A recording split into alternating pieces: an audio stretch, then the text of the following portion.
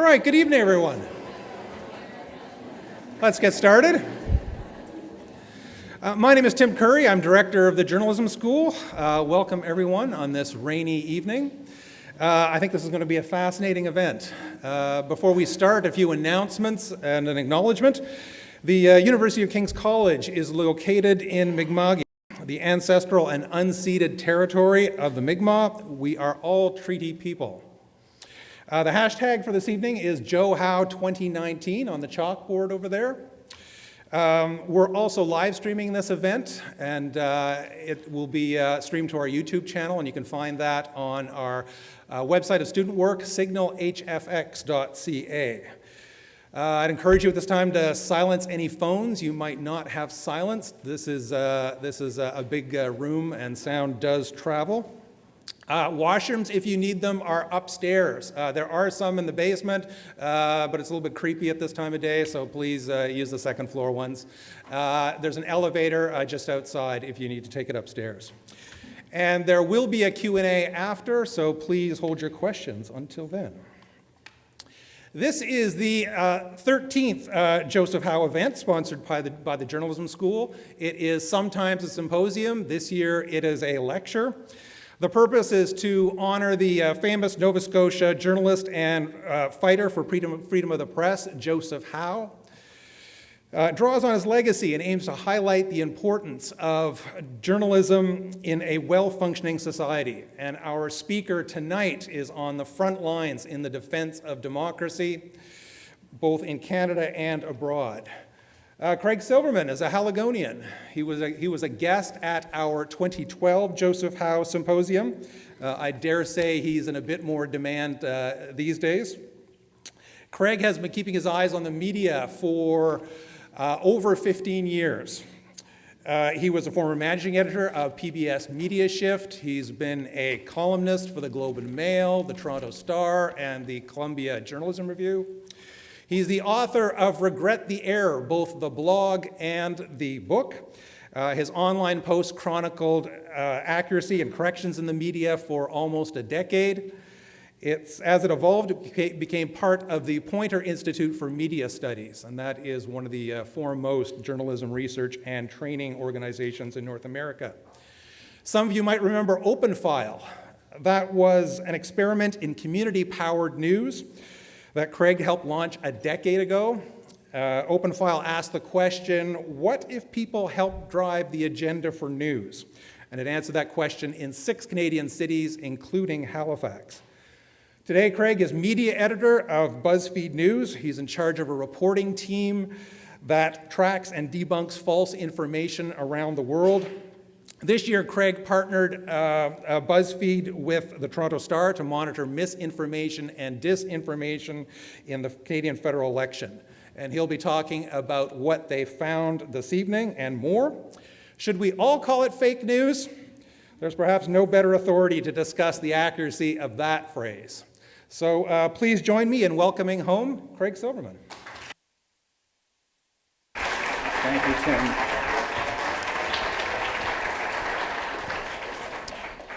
All right, good evening. Thank you. It is nice to be home. It's nice to be invited back to the Joseph Howe Symposium. So, as Tim mentioned, most of the time our team at BuzzFeed News, even though we're based in Toronto, we aren't actually covering a lot of Canadian news. We have kind of a global mandate to look at all the different ways our digital media environment is being manipulated, influenced with information, with different fake accounts and different approaches. And so for the election, we did partner up with the Toronto Star to try and dig in a little bit more on Canada. And so tonight I thought I would give kind of 3 case studies of things that we saw in the election that I think are really notable and interesting, but they also speak far beyond the borders of Canada. And then the 4th is to also something related to Canada, but unrelated to the election, and just an example of how easy it is to exploit this media environment and to create things that look credible and to create things that in fact appear to have massive audiences but are completely BS. And this is one of the things that we're all trying to navigate in this chaotic world. So with the election, I mean, obviously, we were very interested in these people around the election, but for our team, some of the world leaders that we were thinking about were less, the candidates in Canada and more kind of these guys. Would China, would Saudi Arabia, would Russia attempt in some way to influence our election, to influence the outcome, to throw a bit of a monkey wrench in the operation? And the short answer on it was really kind of no, as far as we could tell. The election, I think it was a free and fair vote. I don't think that there was any incident of massive interference that would have really changed people's votes. But I do think that rather than these guys, the people that ended up being most interesting in our world were these guys, and you probably don't recognize any of them, right? So the guy up here in your top left is Taylor Sconlin. He runs North 99, which is a progressive online organization, an advocacy organization, have been very active against Doug Ford in Ontario. They're on Facebook, they gather email addresses, they fundraise, they send out email newsletters, they write articles. On the other side, Jeff Ballingall, former Conservative staffer. He runs an organization known as Ontario Proud, which was very influential in the most recent Ontario election. They're big on Facebook. They have big email lists. They raise lots of money to try and get their candidates they want elected and to try and make sure the folks that they're against don't get elected. And then on the bottom is some random dude in Buffalo, New York. And strangely, he was one of probably the most interesting disinformation agent in the entire election. Some random guy in Buffalo, New York. But let's start with the two first guys here. So as I said, Ballingall runs an organization called Ontario Proud. And this Facebook page has close to 500,000 fans, which is pretty big for Canada. And the other folks at North 99, they're a much smaller page. One of the things we did was we wanted to kind of set a level on this. And so we looked at the total engagements for their respective Facebook pages and compared them to the main Facebook pages for the national media in Canada. And we did this, it was from January 1st, 2018 to the end of June, sort of before the really, really intense period of the election started. And what you can see here is that these small operations that are not news organizations, they're advocacy organizations, the amount of engagement they're getting is comparable or better than a lot of the national news organizations in Canada on their main pages. So Ontario Proud being kind of a big one. CBC News and CTV News, huge news organizations in this country. Ontario Proud is really close, particularly to CTV News in terms of the amount of engagement that it was generating from its content on its page. And North 99, much smaller, a newer operation, not as well funded, still bigger than APTN, still bigger than the Globe and Mail on Facebook. And so leading into the election, we sort of wondered, what would these partisan players be able to do, and what kind of influence would they have?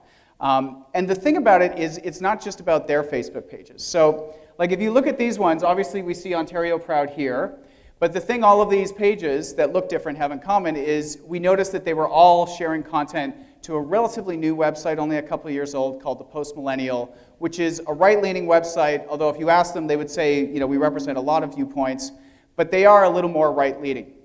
And what we noticed is that there was a network of pages consistently promoting their content, consistently kind of promoting similar things. And what it ended up being was that that page up there, Elect Conservatives, with more than 100,000 fans, is actually run by a staffer at the Post Millennial, who's also been involved in conservative politics in Quebec. That page up there, Liberty Now, which was a big mystery for us, it described itself as a political organization. It had regional pages in a couple other provinces. Didn't say who was behind it, didn't reveal any information about who was running it. We ended up discovering it was run by that same staffer at the Post Millennial, who was also involved in conservative politics. And so, this is a network of pages that were all really pushing out the same content, the same message, but to the average person, the average reader, you wouldn't know that they were all connected. You wouldn't know that Jeff Ballingall, who runs Ontario Proud, is also the chief marketing officer of the Post Millennial, and a Post Millennial staffer is also running these two pages, which are pushing out that same content. It all looks like, independent, individual organizations. And this is one of the things that you can do online, is it's very easy to build up a network, but not very easy to figure out exactly what the relationships are and what the connections are. And they're not really doing anything wrong. I mean, they just happen to be right-leaning and they're putting out their content. But to put all the pieces together, it's not there when you first come to it and look at it. And during this most recent election, there were these pages, but they also really ramped up this page, the sort of national Canada Proud page, which again was sharing post-millennial content. But the big thing about that page was that's where they put their money. So if you look at the engagement as we get into the election and into the core months, comparing Canada Proud's engagement and North 99's engagement, Canada Proud goes from almost zero at the beginning of the year, and at the end of it was getting huge engagement as we get to the critical months around Election Day. And you can see that they spent $316,000 promoting their posts for Canada Proud, which is about 10 times what North 99 was spending. And so this is a page that came out of nowhere, but was part of a big network that had money and was able to pay to get that engagement. And so this was showing up in people's Facebook feeds. And the question is, of course, well, what were people seeing? So these were the two top performing posts for North 99 during roughly the election period. Neither of them super political. I mean, obviously they're progressive. They support the NDP, so they had a very flattering meme about Jagmeet Singh. The other one was Bianca Andreescu, winning a major tennis title. We actually found that the Ontario Proud page, which wasn't that big during the election, they put their money behind the Canada Proud one. Its biggest post was also about Bianca Andreescu, so she is the most uniting force, arguably, in Canada that we have had in recent months. Maybe we should have elected her, I don't know. And you look at Canada Proud, and it was a much more we need to defeat Justin Trudeau message. And they're very clear about that. It's not a secret that they were absolutely trying to get Andrew Scheer and the Conservatives into power, and that's what they raised the money on, and that's what their content was aiming to do. And so this is what the money was going towards. And it really, obviously Scheer didn't form the government, so you can't say that, I guess, overall they were hugely successful, but the potential for huge amounts of reach, potential for huge amounts of influence is there. They have all of the pieces in place, and it's only going to continue to grow. And so at the end of the election, where did things end up? What we discovered is that, so the blue line here is the Canada Proud page, and then you have the other pages of the major sort of national media. So by the time we get to the month of October, up to Election Day, Canada Proud bought its way to the more engagement than any other national media page in the country. And they were able to do that with $300,000 to spend. Obviously, CTV and CBC have other pages. They reach a lot of people on TV. They reach a lot of people on radio. That doesn't mean more people encounter Canada Proud than them overall. But on the platform that more Canadians are on than anything else, on the platform where you're able to reach more Canadians, arguably, than anything else, they were able to generate a massive amount of engagement and arguably have a very successful election based on that.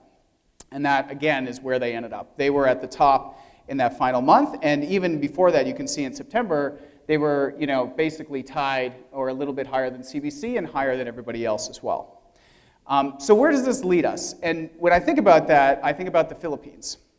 So a few months ago, I did a story about the recent midterm elections in the Philippines because in 2016, Duterte was elected, and it was seen as kind of an early precursor actually to Trump because Duterte's supporters engaged in tons of trolling, harassment, the use of fake accounts, the spreading of completely false narratives, targeting of their opponents.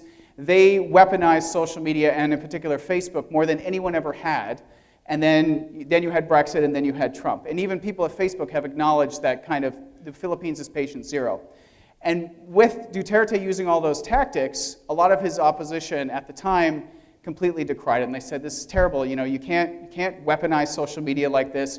We have to have fair elections. We don't want fake accounts. We don't want fake news. And so we get to the midterms here in 2019, and what happens is the opposition basically caves and adopts a lot of those tactics. So, they condemned him, and then they realized, if we're going to compete, and people in the Philippines use Facebook a huge amount, just like a lot of people in North America do, if we're going to compete, we have to adopt at least some of his tactics. And so what we may find in Canada over time is that, it seems like these right-leaning networks are a little bit further ahead, they're a little bit bigger. But my guess is, even though the Liberals won, the North 99s and the others are going to look at that and say, we need to raise more money, we need to be more active, we need to build up our own network of pages. And I think we're going to see this kind of escalating partisan war fighting out on Facebook. And even people who condemn something now, in a few years from now, you may see them adopting it because everybody wants to compete. And the truth is that a lot of this really emotionally charged partisan stuff works extremely well on Facebook. So that's what happened this time, but it also may be a preview of what we get next time. So, random guy in Buffalo. Has anyone heard of the Buffalo Chronicle? Is this something that's come across? A few people have heard about him. It's amazing to think that there's even a few people in the room who've heard of the Buffalo Chronicle at this point. So, what is the Buffalo Chronicle and who is Matthew Ricciazzi? Matthew is a guy who, on his LinkedIn profile, says he works for a company that does not exist. He lists a job he had for a First Nations organization in Ontario that misstated his title and his duties. He's a guy who has been a bit of a gadfly in Buffalo politics for a long time. He's a one-man band running this website called the Buffalo Chronicle, and at one point he used to hand out copies in print as well. And early this year, when SNC-Lavalin was really kicking off in a big scandal in the headlines, he started publishing a bunch of stories on his website. And that website before had only really ever talked about Buffalo politics. And he started publishing stories that were very critical of Trudeau, and that made really outrageous claims. Many claims that were false, others that really didn't stand up to scrutiny. The articles had no bylines, there were no named sources, nobody ever corroborated his reporting, and they did extremely well on Facebook. Those things are not unconnected, right? And so what we saw was early in the year he starts to do this, and through the election he continued to do it. The two stories that are highlighted here, remember when Trudeau had to give a rally wearing a bulletproof vest with increased security? He writes a story claiming that was all a sham. No one has ever corroborated that. It seems to be completely false. The RCMP disagrees with it. He also wrote a story claiming that Trudeau was going to face some kind of a impropriety accusation from the time he was teaching at that private school in BC. That he was asked about it directly. Trudeau says there's no such thing. And not only did he write that story, Ricciazzi published a second story where he claimed that Trudeau had paid this person more than $2 million to settle, and the Canadian media were covering it up. And he continued to pump out these stories, again and again and again. The best one got about 200,000 likes, shares, and reactions on Facebook, which is very good, and that's very good distribution for Canada. We obviously got interested in him, as did other people in the media. We discovered, we were sent a copy of an email where he actually talked to a candidate in Buffalo politics and said, if you'd like me to publish a positive complimentary story about you on the Buffalo Chronicle, that will cost you $300. If you'd like me to publish a negative story about your opponent, that would cost you about $400. So we had evidence that he had in the past had been willing to kind of write negative articles about candidates in return for money. He says that's not what he was doing this time. As we were looking into his past, we asked him about a DUI arrest that he had had. He told us, listen, I was never charged. That was settled out of court. We left that out of an article. Turns out then we finally heard back from the authorities, and he lied to us. He absolutely was charged in the end. And so this is a guy who's there in Buffalo who's arguably spreading the biggest, getting the biggest distribution for falsehoods in all of Canada. And he's doing it from across the border, and he's facing basically no consequences. And also, when we looked at his website, we saw these ads. We was like, oh, he's got an ad from a former New York State Supreme Court justice. He's got an ad for a local pizzeria. We called them up. They've never heard of him. They've never heard of the Buffalo Chronicle. They did not buy these ads. And Matthew said, well, yes, I'm not making any money on the site, but I thought, I wanted to support these local businesses. But of course, having those ads on the site makes it look like it's actually authoritative. You come to the site and you see these ads and you think, oh, he's got support of local business, he's got a local former judge who's on the site. And so it's all to make it look and seem convincing. And for a lot of people scrolling through your feed, it does, right? You see the headline, Buffalo Chronicle, sounds like it might be a real thing. And all of a sudden, before you know it, people are spreading these things around. Not only did he post them natively on Facebook, he did buy ads to promote them.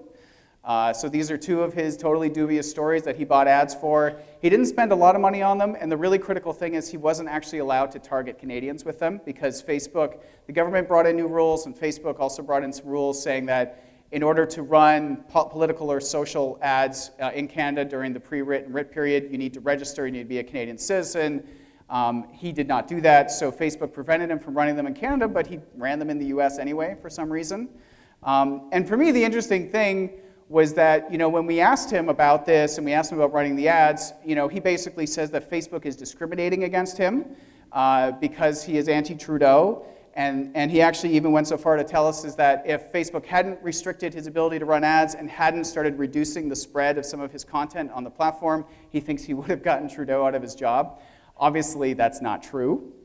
But it's really wonderful to think that there's somebody, you can be a foreign citizen, absolutely admitting you're trying to influence an election in another country and have absolutely zero consequences for it, while also actually reaching a lot of people in that country. I mean, this is a really strange scenario that we're in.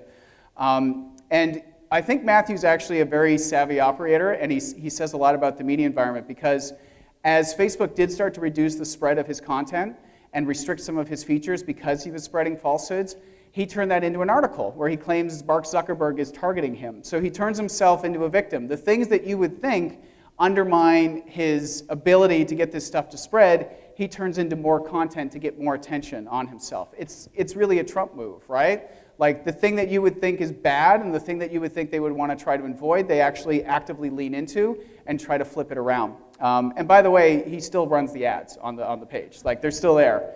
And we talked to the judge, and if a former New York State Supreme Court judge can't get this guy to remove them, you've got to wonder about what the options are here. He also, of course, got a lot of attention from journalists, including us.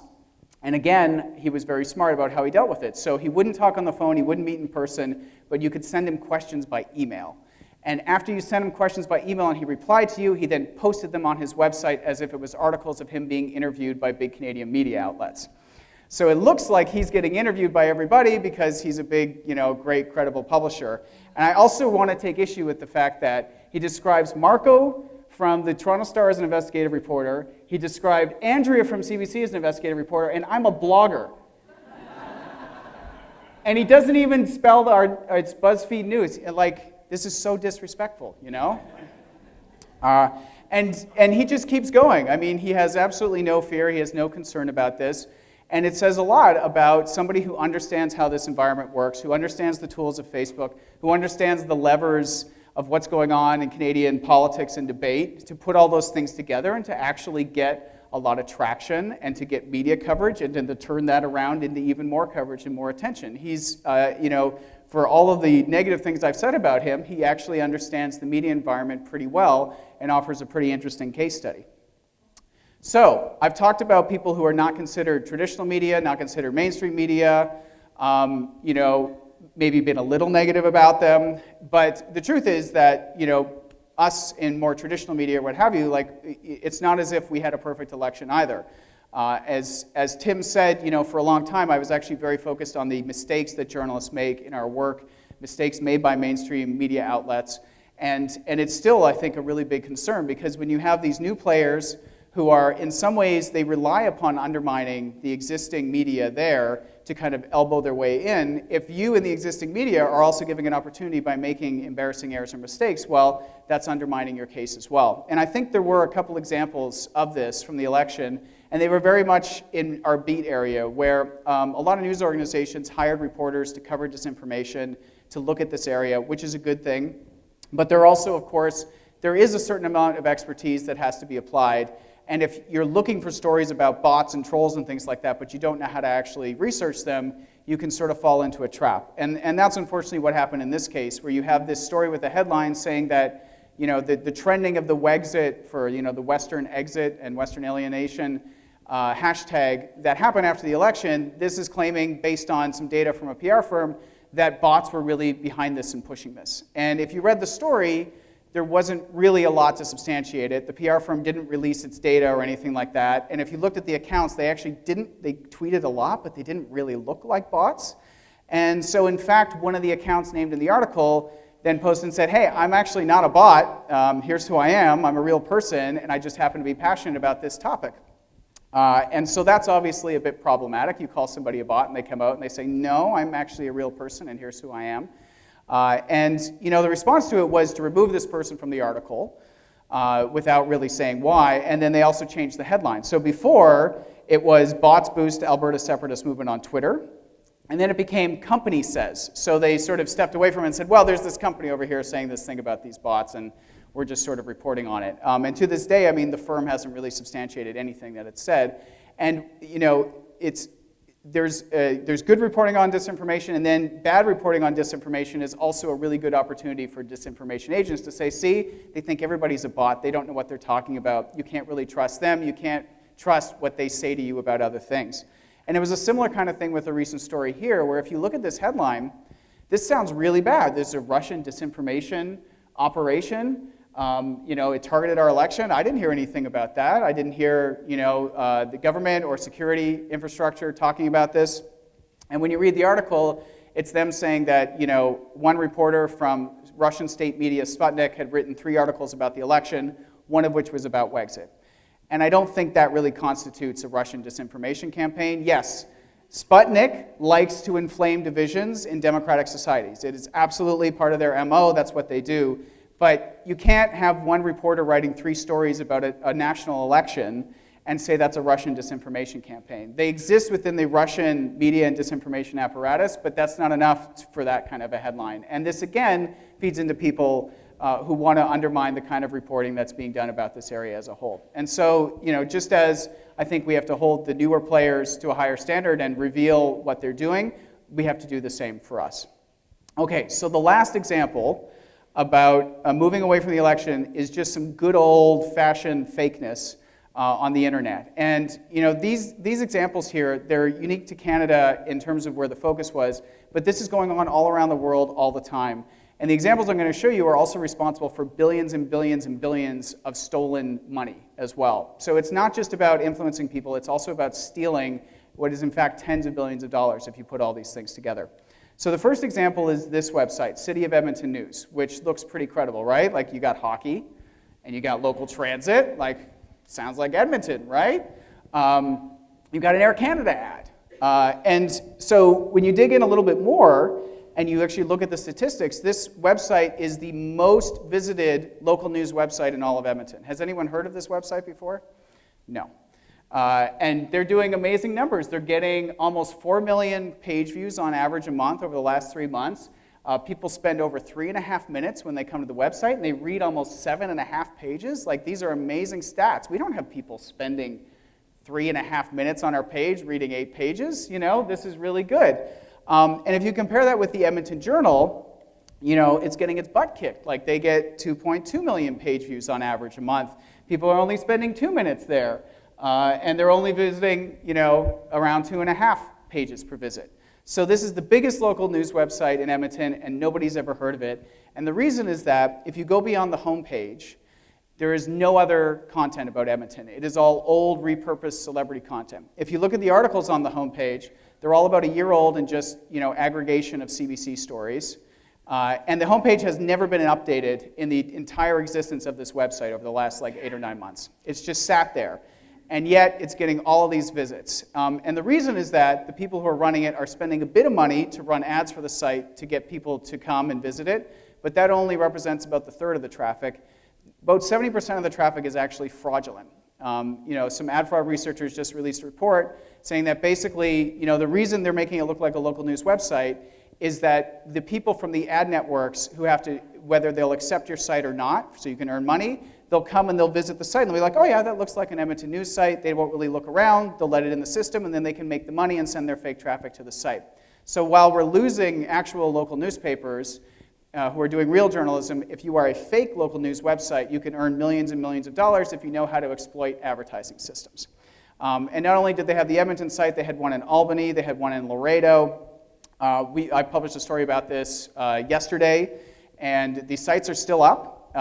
Google and others that are helping place the ads have not, they initially said to me that yes, they don't break our policies, and so these sites are probably still earning money, although I know that a lot of the brands that had shown up on these sites are now blacklisting them. Oh, and by the way, that Air Canada ad is not real. It's just an image of an Air Canada ad they put on the homepage to make it look like it was getting ads from big Canadian brands. And so that's our first fake example. And more than $20 billion will be stolen through advertising fraud like this year. Money that could be going to real media is absolutely being siphoned off by criminals to this kind of stuff.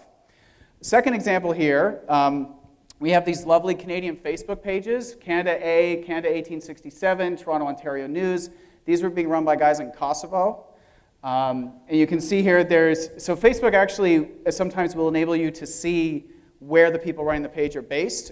We saw this as we went looking for big Canadian Facebook pages and seeing who was running them as part of our election coverage. After we started talking to the guys in Kosovo, they managed to get Facebook to remove this information, which they shouldn't have been able to do, but they know how to work the system. And so these guys, basically these existed to post articles that led people to a website with ads and earn money from that. And we also found that they had posted some completely false articles, like they posted an article claiming there was a boil water advisory in Toronto, And that got so much engagement that the chief communications officer for Toronto actually had to tweet out and tell people there is no boil water advisory in Toronto. So a bunch of guys in Kosovo could actually convince people of that to the point where the city had to talk about it. These pages have since been removed by Facebook. They don't allow misrepresentation on their platform. The site up here, advocator.ca, has a journalist who wrote the article, Jasmine Petters. She does not exist. That photo was stolen from an actress who's appeared at the Stratford Festival. This site had like 6 journalist bios on the About page that were all fake, that were all stolen photos of actors. Somebody found a Stratford website.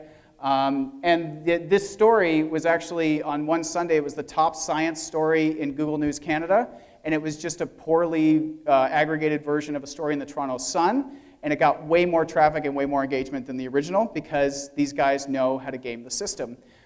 It's being run by a dude in Eastern Europe. It was actually set up and created by a guy in Canada as a template, and then he sold it to another guy who now goes on to monetize it. And so there was a whole network of these sites as well. And so just in your daily browsing, like these are the kinds of things you might come across, and on the face of it, they all look legit, right?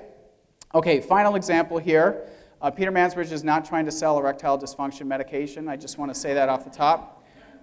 This is a huge epidemic. A story that I published a few weeks ago exposed a company in San Diego that was doing this at a massive scale. It's described as a subscription trap. So what happens is you're on Facebook and you see this ad, which has a sort of shocking headline and a picture of a celebrity. In this case, you know, apparently people have some kind of claims against Peter Mansbridge. You're like, not Peter Mansbridge, no.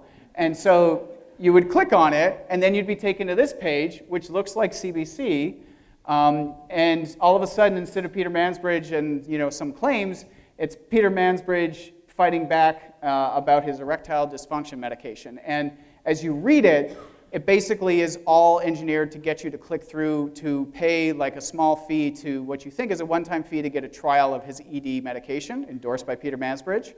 And so you think, I'll try it. And what happens is 14 days later, your credit card gets billed for $100. And 30 days later, you get billed for another $100. And on it goes. This is a multi-billion-dollar scam that is run all around the world. This company that we exposed had spent more than $50 million buying ads on Facebook like this for celebrities in countries all around the world. So they probably brought in a good 70, 80, 90 million in revenue. The dude who was running the company owned a helicopter, drove a Maserati, traveled all around the world, and this is a massive scam. And they had done it, the Canadian ones were like Peter Mansbridge, Ron MacLean, Don Cherry, Marilyn Dennis, and they were making huge amounts of money.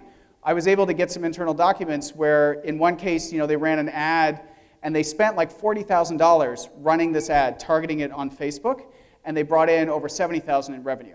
So the margins are really good for this business. And it relies on ads with fake claims, making it seem like it's a news story, sending people to pages made to look like CBC, CNN, Fox News, that then drive people to hand over their credit card. And in a lot of cases, people can't figure out who to call to cancel, so they end up having to cancel their entire card to get out of this.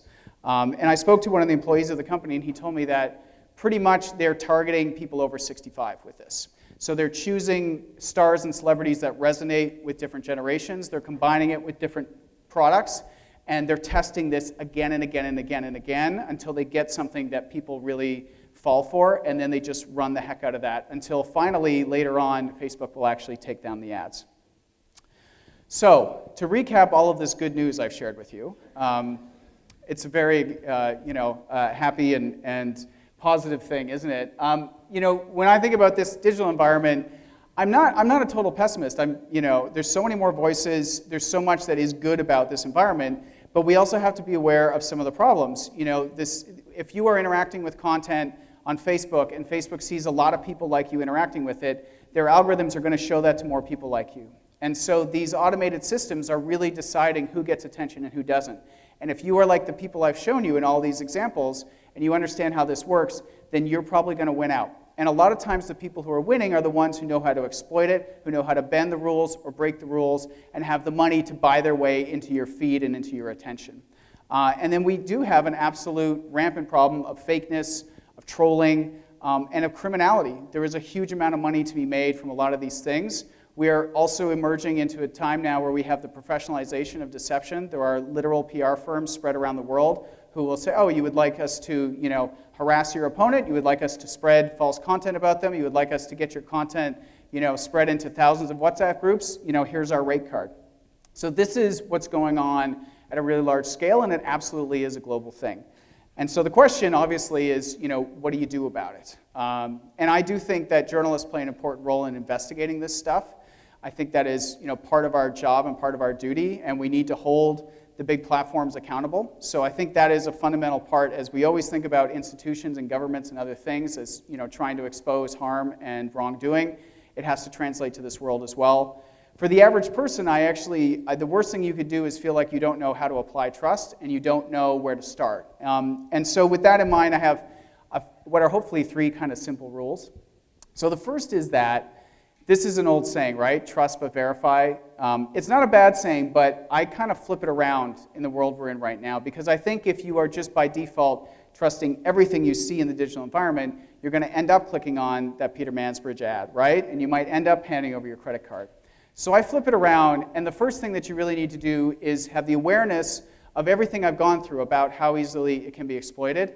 And you need to think about pausing for a moment. Before you're ready to trust that ad, before you're ready to trust that website, you should think about some basic, simple questions of like, have I seen this before? Is this web page looks like CBC News, but if I look at the address, is it actually CBC News or is it a different website? And if we just take a little bit of a pause and we think about where this is coming from and compare it to other places online, this is claiming to be this. Can I see this same claim somewhere else on a site and a source that I trust? That's a really good first step. The other thing is about not feeling like you're overwhelmed, which is a fair emotion to have, but there actually is a certain amount of power that you have here. And the first part is the responsibility piece, which is you can't just trust everything you see, but at the same time, you shouldn't mistrust everything you see. And so the balance is to realize that you have to do a little more work than maybe you did in the past. You do have to look, what is this website? Have I ever heard of it before? Where is this coming from? If they're making a claim about Peter Mansbridge, if I go to Peter Mansbridge's own website or his own Facebook page, is he saying the same thing there? So you have a responsibility to do a little more effort. But you also have some power because the things that you choose to share or like or pass along actually matter. Every person, if everybody chose to hesitate a little bit before they shared something or liked something or commented on something on Facebook, you would actually see the distribution of those garbage things start to go down because Facebook is paying attention to what you're engaging with and feeding you more of that. So you have a certain amount of power that you should apply to your attention. What you're going to engage with, what you're going to read or not read, it actually matters. And it's a way for you to actually craft your own media experience. And then the last thing is, the core tool of these manipulators is often to go after your emotions. So they're gonna craft a piece of content. Maybe it's a boil water advisory that makes you fear for safety. Maybe it's a piece of content about Andrew Scheer that makes you really angry. They're gonna try and get an emotional reaction out of you. And so one of the best things you can do is, as you're consuming a video or looking at a meme or reading an article, if your blood is boiling, if you have a strong emotional reaction, you should take that second and verify and ask yourself, where is this coming from? And are there other places saying the same thing? Because they're relying on your trigger emotional reaction. And they're relying on you to do that and act without thinking. And if you can sort of get that skepticism, that emotional skepticism, you'll be able to stop yourself in those moments where they are absolutely trying to play on you. So that's, the 3 sort of simple rules for a very complicated and chaotic environment. And the thing that is most important that you should take away with is that it is okay at times to feel overwhelmed. It's okay to think that this is a confusing environment. But the worst thing you can do is to just kind of check out and be like, I don't trust any of it. I don't know where to go. It just takes a little bit more effort. But there is lots of good stuff out there. There are voices that have never been there before. And if you're aware of all of this stuff, all of these bad things, and you can keep that in mind as you go about your daily business of consuming and creating, then it's something that will arm you and equip you to get the good stuff and to stay away from the bad. And with that, I would love to take some questions. So thank you very much.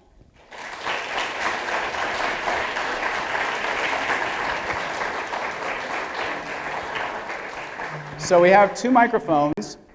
If people want to come up and ask a question.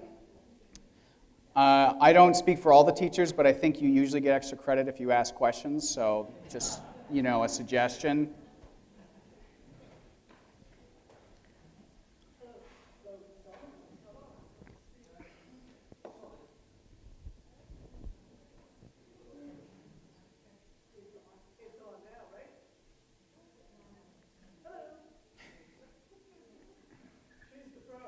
It's great. I'll speak loudly. Yeah, works for me. As you talk about trust, it makes me think about a certain kind of innocence that maybe we've had that others in the world have not had. And I was curious as to whether you've talked to people who've grown up and lived in, say, the pre-'89 Balkans or other parts of the world where there was a real culture of deep distrust, and what they can tell you about. Yeah, and it was deserved distrust, right? Because they were being lied to a lot. Yeah, it's a great question. So it's true. I mean, the message I gave to you is very much tailored to a classic sort of Western liberal democracy that has traditionally had relatively strong institutions that you could put a reasonable amount of trust in. Not perfect institutions, right? And if you're in a society where that's not the case, where the institutions, there is a level of mistrust that is absolutely earned, and you have to have a mistrust of the media environment because it is dominated maybe by state media that is not trustworthy. It's a different environment. And so some of the characteristics we see in those sort of, characterized as low trust societies is that people do stay away from the institutionalized media and institutionalized things, and peer groups become much more important. And so where that manifests in the digital world right now is you see messaging apps like WhatsApp and Line or Facebook Messenger and things like that becoming extremely powerful networks of sharing, of collecting information. And so what that also means is that those are the primary vectors of misinformation and disinformation. And it is often being passed from peer to peer.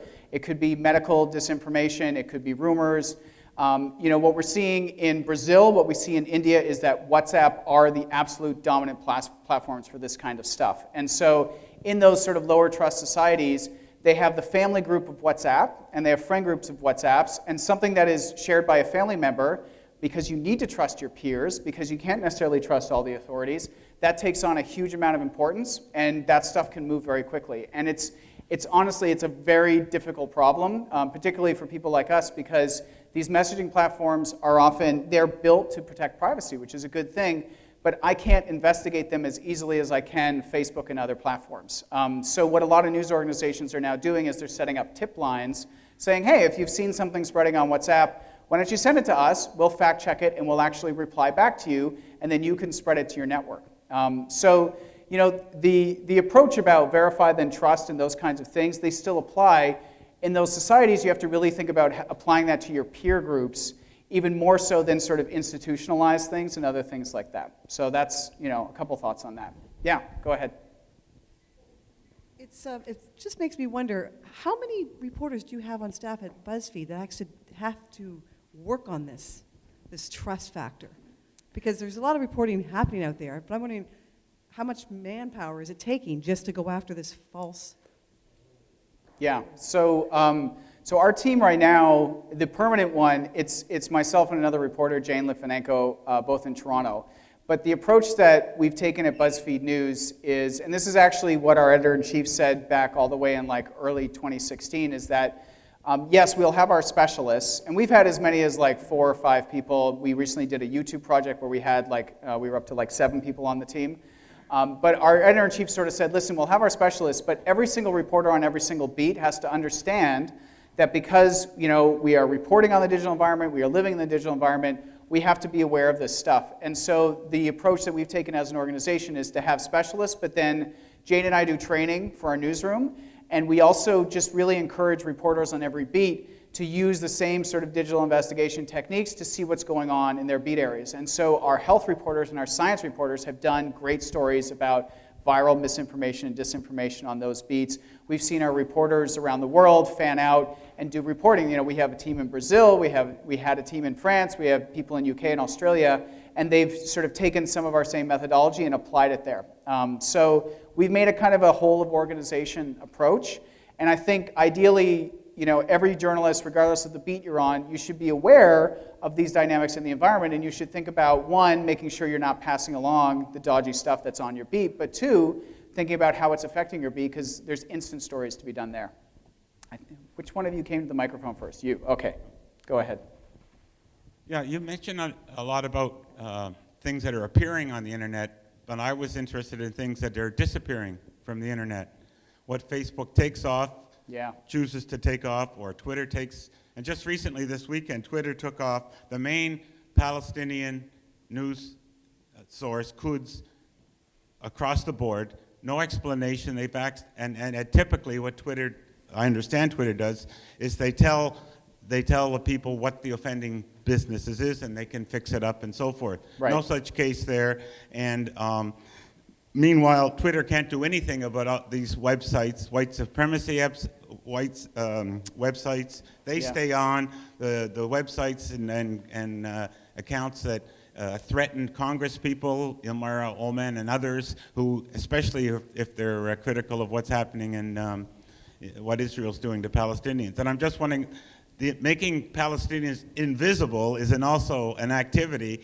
Is there any work done to keep track of that? Because I would argue that while China and Russia may have been quiet, Israel was not, and was very active. They have government departments involved in this sort of thing, and I think it goes like everything else. It's pretty well unmonitored. Yeah, so that's sort of it's like the flip side of the same thing that I sort of focused on, which is that, yes, you want these platforms to enforce policies and to stop the fakers and the manipulation, but the flip side of that is that they are extremely potentially powerful censorship organizations, right? Like Facebook has 2.5 billion people logging in around the world at least once a month, and you know it's much more frequent than that for a lot of them. And Facebook is removing content all the time, and there is no central database where we see everything Facebook has removed, and Facebook has to disclose what they're taking down. So it's a huge challenge and a huge problem. It's a challenge of what they leave up, and it's a challenge of what they leave down, and we have to be concerned that, you know, yes, you want them to remove the bad stuff, but also you don't want them to infringe upon free speech. You don't want them to go around just indiscriminately removing content because of whatever reason. And they are so big that it is really hard to wrap your arms around everything they're removing at any given time. Twitter does release an annual or a quarterly transparency report where they talk about takedowns as a result of government requests, and you can see a little bit of data there. And there's a database called the Lumen database, which Twitter also occasionally uploads information, but they are both incomplete. We did a story actually on Twitter's takedowns, and we found tons of accounts that they had removed that they didn't actually disclose in the transparency report. And so it is absolutely a huge issue. I think there's a lot more scrutiny of that among news organizations and activist organizations of, you haven't removed this, or you did remove that, and you need to explain it. And the truth is that they still have so far to come on disclosure and transparency. When Twitter removes accounts based on like state-sponsored disinformation, they actually disclose them and release data sets. Facebook does not do that at all. Facebook won't even name accounts that it removes. Occasionally, it will cite specific examples of pages, but when they do a big takedown, they don't even release all of the pages they've removed. And so we have a huge gap here of what's being removed, and I agree, it's a big problem, and there isn't an easy solution. One of them is trying to push them to be more transparent and to put the data out there in a way that external parties can look at it and question what they've been removing. Yeah. Thanks for a great talk. That was really interesting. I'm curious on your thoughts on what the role of government and government policy is on all of this. So in the last parliament, we had a minister of democratic institutions, and she was tasked with some of these things. But what do you think government can do while, of course, respecting and maintaining a free and independent press? Yeah, so I'm a big fan of them sort of threatening regulation. I don't know that I've seen that many good laws to this point. I think, you know, when I say that, I mean like going to the platforms and saying, you need to get a handle on this, or we're going to bring in some laws to force you to that. And that, if you look in particular in parts of Europe, that has really forced the platforms to invest a lot more in transparency, to hire a lot more people internally to work on this stuff. So I think them applying the pressure to platforms is the first really important step, and then calling them in to public hearings and forcing them to answer questions and be transparent about it. You know, in Canada, they took an approach. One, they strengthened the disclosure laws around third-party advertising, like groups like Ontario Proud. I think they need to go a lot further than that. I think the disclosure kicks in, what was it, June 30th or June 1st it kicked in for this, and it's like, you know, at that point, a lot of the unions had already spent a lot of their money, and, you know, it's not clear where the money is coming from, so I think there needs to be ongoing, consistent disclosure from these organizations. And also, I guess I would say, you know, there was the media bailout, right, which is like $500 or $600 million, which I think was a really terrible policy, just my personal opinion. I think it's great to let news organizations go to nonprofit. I think it's great to give, you know, tax credits or things like that on paying for subscriptions, but to actively put money in the pockets of media, I mean, a lot of the messaging we saw around the election was people saying the media has been bought and paid for by Trudeau.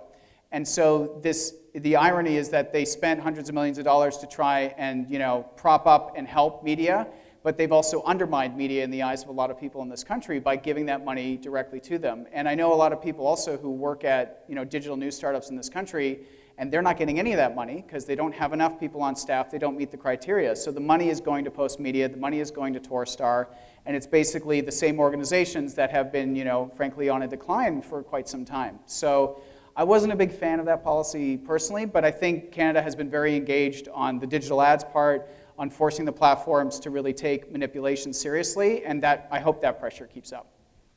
Yeah. So first off, thank you very much for the presentation. I found that very informative. You mentioned that, at least on Facebook, many of these sort of questionable news outlets, in terms of traffic, are outcompeting major, more legitimate news outlets like the Globe and Mail or CTV because they know how to game the system. I wonder if you can elaborate a bit, other than by using clearly provocative headlines, how it is that these fake news outlets are gaming the system in that way, and what is it that's preventing the more legitimate news outlets from using similar techniques to boost legitimate news to compete with the fake news? Yeah, so I think one of the problems actually is that a lot of mainstream newsrooms they're not letting the people who actually understand these social platforms have enough power to actually change the way that they are, you know, presenting and acting on these platforms. And I'll give you an example. Like, we did a study in 2016 before the US election where we looked at a set of left-leaning hyperpartisan pages, right-leaning hyperpartisan pages, and then a set of like very mainstream US media like Politico, ABC News, CNN. And yes, the hyperpartisan ones, they were using very sensational headlines. They also used more memes because visual photos and videos perform better on Facebook. People don't necessarily want everything in the form of a link they have to click to go off platform. But because news organizations are making their money from advertising, they just barf out links all day long onto their Facebook page, and not everybody wants to click on them all the time. So one is the content strategy, that just the fact that they're doing more videos and they're doing more images, they're going to perform better on Facebook. And you know, the other part was a simple thing, just like the posting strategy. We would look at these mainstream pages, and they were uploading a new post like every 5 minutes. And that was kind of hurting the reach of the thing they had just posted. It didn't have time to kind of breathe and reach people, and all of a sudden they're putting another one up. And the reason is that there's somebody in that newsroom saying, we just published this story, put it on our Facebook page right now. And that's not the right strategy. So part of the problem is newsrooms have still not empowered the people who really understand these platforms. I do think that's changing to a certain extent, but they're also they're caught because their Facebook page for a long time has been an engine of traffic. And so they want the links there because they want the traffic, and they want the views, and they want to feel their work is having impact. And of course, there's also a business reason. So like, aside from the emotional stuff, the political stuff, there's also just like some basic social media competency that I think is a difference between these folks who really live and breathe Facebook and other platforms, and news organizations who still may be, more attached to their website, more attached to the print edition, and not necessarily letting the social stuff live to its fullest extent. Yeah. I just have a question about the Viagra scam that you talked about how you said that you talked to this man who was working within how did you get him to talk to you and actually say that he was targeting like above 60-year-olds? Like, how is that? Yeah. Like, how did you get that information from him? Yeah, so I mean, that story started where I had a source, I had written a story that was somewhat related, and I had a source come to me and say, you know, you wrote about this, but did you know there's actually like this huge related sort of scam happening over here? And so they just pointed me in the direction a little bit, and at that point I just started gathering everything I could that was publicly available, and continued to try and, you know, work with that source. You know, could they introduce me to other people? Are there other folks who I could talk to? I would assure them anonymity and these kinds of things. So starting with one source and trying to bridge out to more, starting with the information they gave and find others. And one of the things that I'll always do is I'll go on LinkedIn and I'll try to find every former employee of that organization that I can and make a list of that, because former employees are way more likely to talk to you. They may not be as hamstrung as current employees, and also if you go to current employees right away, that may tip off everybody in the organization, and then all of a sudden, maybe information starts disappearing online. And so, all that to say, when I got to the point that I had gathered enough and sort of saved everything that was publicly available, I started going to ex-employees that I found on LinkedIn. I just, you know, wrote a message talking about how I, you know, was reporting on the company, would love to learn about their experience. Happy to talk on background, which means your name won't appear if that's something that, you know, you would be concerned about. Would be grateful for any time, you know, very polite. And I must have reached out to like 15 or 20, and, you know, and a couple people started getting back to me. They were curious, or, you know, they weren't happy where they were. And then as I got to the point where I was already in communication with the company, then I hit all the current employees, which also applied pressure on the company, because then employees are walking in their manager's office going like, why is there a reporter all of a sudden interested in our company? And so at that point, I managed to get you know, a couple of current employees who responded, mostly through LinkedIn or through introducing me to others. Yeah. So it's like a big part of it is thinking in stages where if you're going to reveal something about the company, you want to make sure you've gathered everything you can before they know necessarily that you're onto them, because that's when they'll start changing their behavior. And if you haven't captured all that and gathered that evidence, then your ability to then make the accusation in the article starts to go away if they can disappear things. So you have to sort of think in the stages of the circles of like, okay, if I'm gathering this stuff, then I'll move to ex-employees, and then, you know, maybe into the real employees and talking to people there as sort of like the later stages. Yeah. Yes, I'm worried about our democracy with artificial intelligence monitoring social media. In our last election, every constituency was monitored with a social chat, and it's who owns the data and who can afford the algorithms that's going to control the democracy, and I wanted your comments on that. Yeah, I mean, and it's not only in the realm of democracy. So yes, it absolutely has influence there. People who are able to process huge amounts of data, to glean insights from it, to understand what is happening on that level, like they have an absolute advantage in this world. Algorithms are also playing a role in so many other parts of our lives. You know, the decision of whether you get a mortgage or not is increasingly being determined by formulas that your data is fed into, and it spits out a report to someone at a bank or what have you, and they're going to decide whether you're a yes or no. And increasingly that's getting more and more automated to the point where you will apply and get rejected, and literally no human will be involved in that process. And so we're getting to the point where we almost have these equivalent of data jails, where if your indicators around, you know, criminal record, around other things are ticking off systems, you don't get insurance, you don't get a mortgage, and you're not even dealing with humans to negotiate these things, to request these things. And there are lots of examples of this. And you know, the good news is that there are more and more journalists that are really starting to specifically focus on investigating algorithms. There was a recent series, if you're interested in this, there's a series of articles in The Guardian about how algorithms are deciding people's futures. And so it is a concern for democracy. It's also a concern of the ability for people to move up in society, for people to actually get services and benefits that they need to live. There are people who are getting carved out because the indicators on their, you know, their data profile don't look good, and that's a pretty frightening thing. Yeah? Is the fear around fake news, do you think the fear around fake news is threatening news organizations today and their survivability? Yeah, I mean, I think one of the things that we've seen, particularly, so Trump has his first press conference in July of 2017, and he comes out and he says that my organization is a failing pile of garbage. And then he points at the CNN reporter and he says, "You are fake news." And I think that was a really big turning point for that phrase, where at that point, it's similar to what the guy in Buffalo was doing, right? It's like this phrase that was attacking Trump to a certain extent, and he felt undermining the legitimacy of his win. He decides to flip it around and say, no, you at CNN, you in the media are actually the fake news. And so that's where we get to a point where the term becomes weaponized to actually undermine legitimate reporting. And the other thing that's very tangible that's happened is there have been like so-called fake news laws passed in a bunch of countries around the world. And some of these are just thinly veiled attempts to silence the opposition and silence actual media. There's really bad fake news laws in Belarus. There's a recent law that came into effect in Singapore that I think can really potentially infringe rights there. And so it is something that has been weaponized against the press now and used to undermine legitimate reporting and also put people in danger in certain countries. So that is this has happened over the last 2.5 years, and that's certainly a concerning thing. Yeah.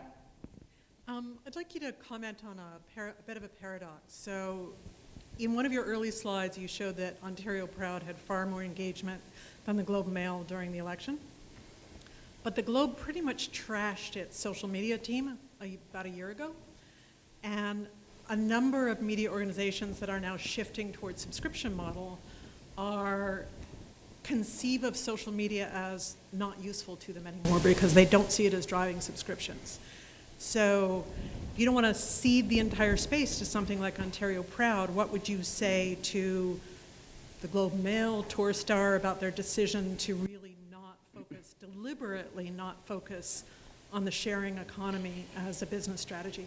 Yeah, it is an interesting scenario where when you change and you're very much focused on converting people into paying subscribers, which the Globe and Mail is and increasingly the Toronto Star is, you start to think differently about the content you're producing and you start thinking differently about where social fits in that. You start thinking of it almost in marketing terms where like social media is the top of the funnel of you're going to drive people to your website and hopefully they read an article that they value. Maybe they've read that article and they value it enough that they're going to convert into a subscriber. Like that's your ideal scenario at the Globe and Mail. And so I think it does create a bit of a philosophy change within these organizations where, and part of it is maybe a good thing. Engagement for engagement's sake is not the goal, right? And because there's bad incentives in that area as well. I think the Globe and the Star have typically been very restrictive with their social media policy overall. You don't see them using a lot of memes. The video they produce is of a different kind of, nature, and it's really link, and that's been their approach. And I know people who've worked in social media at the Star, and that example I said about like a manager coming in and being like, "Hey, we just published this story, put it on the Facebook page." Like that is literally what they're being told. We just published this, it's going on the page. You don't have a strategy, I don't care. We published it, it's on the page. And so I think that tension increases when all you care about is converting subscribers. And if your data tells you that people who come to you through social are less likely to become subscribers, then yes, you're going to probably deprioritize it. And it's true that a shift towards more subscriptions may cede the social environment to some of the newer players who are absolutely very focused on that. And I think it's, the most I could say is like, it's something to watch, but I also think the Globe and the Star were already a little bit behind anyway. And this is where I do think that CTV and Global and CBC, I don't see them ceding that ground. I see them continuing to be there, and they'll probably be the ones that continue to push the envelope a little bit more. Yeah. So thank you very much. I'm in the demographic with the credit card who, whatever. So because I'm in that demographic, I want to talk a little bit historically because I think it's really important, particularly for young people to know a great deal about the pre-social platforms, right? So I can remember a time in the 60s and 70s when, in fact, what is now considered the conventional media was totally mistrusted. And it was totally mistrusted for the content of its politics and not for so much fake news as the absence of stories about many, many issues. Right. So I just kind of wanted to put that on the table. Mm-hmm. I mean, I heard a story tonight about the Mi'kmaq owning Sambro that I'd never heard in the 50 years I've been listening to CBC in Halifax. So I just wanted to get that out there. Mm-hmm. This is not the first era in which mistrust even here needed to be exercised. The second thing I wanted to ask is, are not Twitter and Facebook now the biggest monopoly capitalist newspapers in the world? That's my question. Yeah, so on the first point, I'm trying to remember the organization that used to publish this. I don't know if they do it anymore, but every year an organization would publish a list of like the biggest unreported stories. I don't know if you remember that, the stories that the big media wouldn't cover. And you're right, like that was the dynamic for a time where you had dominant TV, dominant newspaper, dominant radio. It was a small selection, and you knew who they were, and you knew what their political leanings were, and they were, they were biased towards sort of their own big institutions, and they would miss things.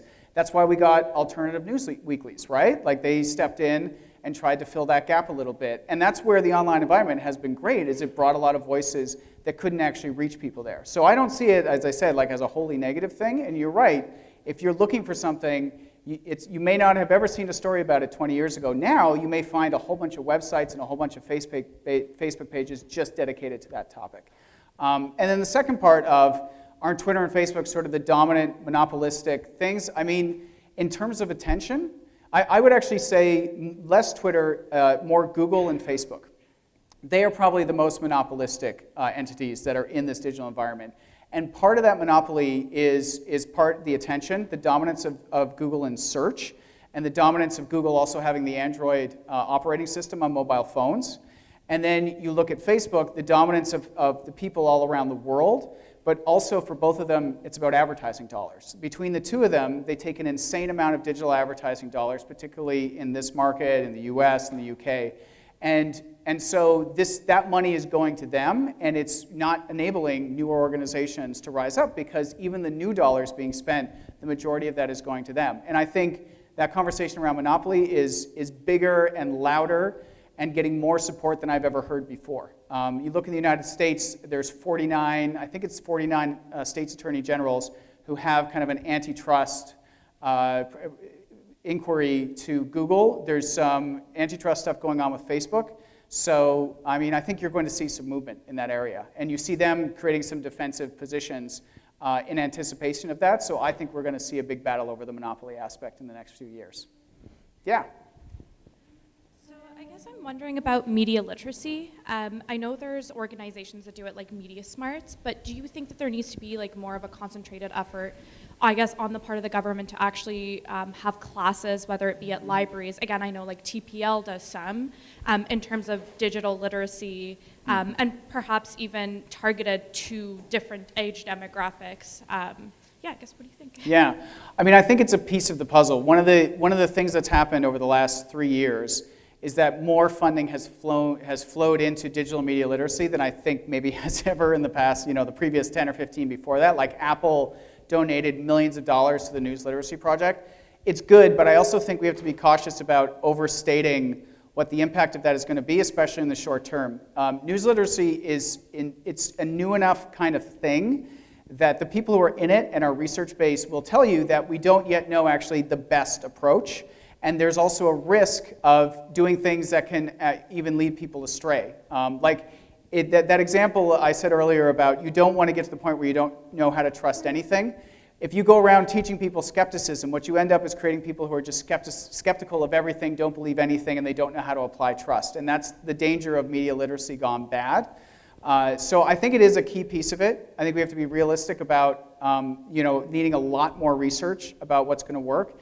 And I do think, yes, we have to not exclude anyone based on age groups and try to tailor things. Right now, most of the programs are targeting students, and that's good. They should have it, because a lot of people, I think, go the other way and assume anybody who's grown up in the internet era is naturally a digital native, but there's things we all need to learn, and the underserved demographics are absolutely the older demographics. I did a story about this where AARP and other organizations are teaching older folks how to use mobile phones and iPads, but once people are online and using their devices, there isn't that next level of kind of navigating this universe. And it's not about intelligence. It's not something to feel bad about. This is a genuinely very different and chaotic media environment. I think everyone at every age to a certain extent struggles. And we need to think about supporting those. So it's definitely, I think it's a piece of the puzzle. Yeah. I'm just wondering if during the course of your investigation, the focus ever became the veracity of the engagement data itself, given what we know about some cloudiness around like video views Yeah. on Facebook, for example. Yes, so I mean, this is a whole other area of fakeness. Like you saw the example with City of Edmonton News, that traffic was not real. The metrics looked amazing, but it's because they were manipulating them. And you were referring to a problem with Facebook videos. So there was a time for, I don't know, a year or two, where uploading a native video on Facebook could get insane engagement.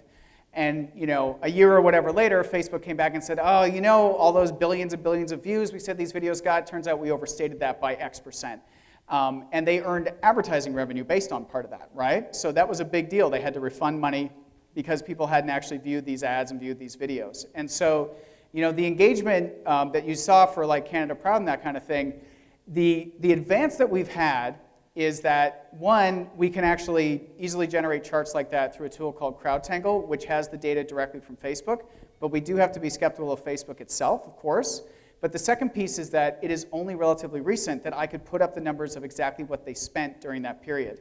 For a long time, we couldn't disentangle what was organic reach and natural from what they had actually paid to get. And we still don't actually have it broken out in that graph, but at least we know that they're buying a significant amount of engagement. So, I mean, I think your point is a good one, and if you see the numbers and it seems really measured and it seems really clear, remember that every single number can be faked online. And so you've got to think about how you can bring in as many sources as possible to figure out if that's really what's going on. Yes? Sweet. So I'm just here speaking for the students in the audience, mainly me and just my friends over here. What advice would you give to younger people when it comes to avoiding using bias in their papers? Notice this online trend where if you go online and see an article produced by a younger person, it's a well-constructed article, but then over time you kind of notice there's a bias in there, and they might not try and show bias, but over time you kind of see they're very passionate about it, and their judgment kind of clouds them a little bit, and what turns out to be a good article kind of goes downhill over time. Then they lose the points. What would you give to us journalism students avoid that? If you're not doing it intentionally, how would you avoid that? Doing it, so that way you don't look biased. Yeah, I mean, it's not just for journalism students, right? It's something that, I mean, the first piece of it is, it's like all the stuff with, the digital information environment is the first piece is awareness. The first piece is to realize that this will happen to you. It's not like it may happen to you. There will absolutely be cases where you're working on a story, you're working on a topic. Maybe, as you said, it's something you're really passionate about. Maybe it's something you've had personal experience with. You're bringing that to the table. And sometimes it can be a big benefit. You know about the topic. Maybe you know the right people to talk to. But every choice you make in that reporting process of who you talk to and who you don't, and which things you're going to link to and which quotes you're going to use, every single choice you're making can potentially be affected by bias. And so the first step is to understand it's not about you're a bad person or a bad reporter. You're just human. And we're all affected by this.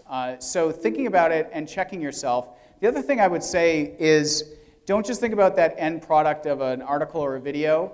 Think about the process that you're using to gather information. So are you actively trying to read sources that are not necessarily the ones you usually go to that are fully aligned with you? Can you actually try and find really good, credible sources that have a completely different point of view than you do? And can you spend time reading them? Can you expose yourself to those different points of view and actually force yourself to read those things so that as you're conceiving of the article, you're actually bringing in all this information in a passive way so that when you go to construct it, that's factored in. So I think forget about the writing part to start with. Think about how are you consuming information, how are you setting it up so information is flowing to you, and how are you setting it up so that you get stuff you disagree with or that has a completely different perspective than you, and that will actually help you broaden your perspective just as a daily effort thing.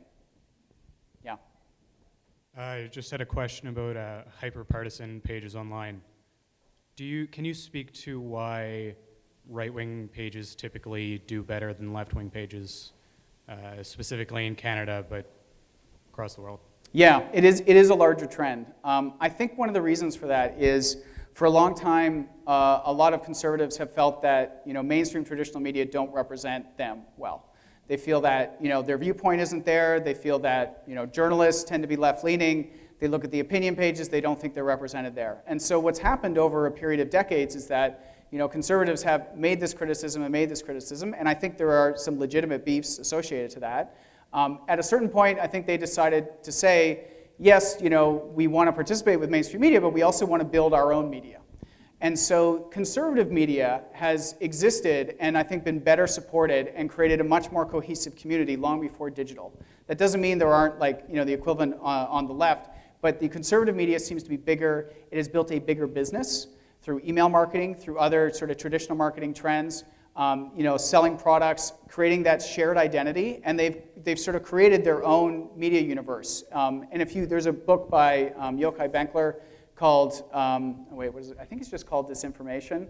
And it's a book that uses a huge amount of data analytics to show that in the United States, you have the mainstream media, you have the left-wing media, and they're a little more connected, but you have the right-wing media, which really exists as its own sphere. They have created their own world, they have created their own community, their own business around it. And so when digital happened, they were already inclined to test out new types of media. They already had this sort of outsider mentality, and so they saw the potential of things like YouTube and social networks, I think, before people who are a little more connected to mainstream media did. They saw it as a way to further their type of media and their voice. And so that combination of sort of a little bit of the opposition and dissatisfaction with actually taking the time to build their own media ecosystem positioned them well, and I think they're still reaping the benefits of that today in terms of the online world. All right, well, thank you. Those are excellent questions. I appreciate it.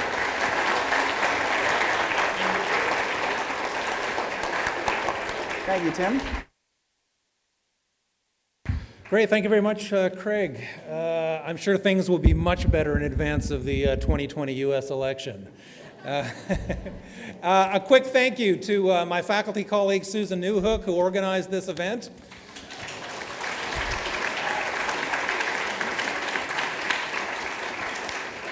And thanks to our live streaming team here from King's. If you enjoyed this event, you may be interested in one coming up. Patricia Evangelista, who is a reporter for Rappler, a Filipino digital news outlet. She's going to be here in the lecture theater directly upstairs, and that's on November 22nd, 12:30 to 1 p.m., and that's a public lecture. So please join us for that. And thank you again for Craig for joining us in a busy time.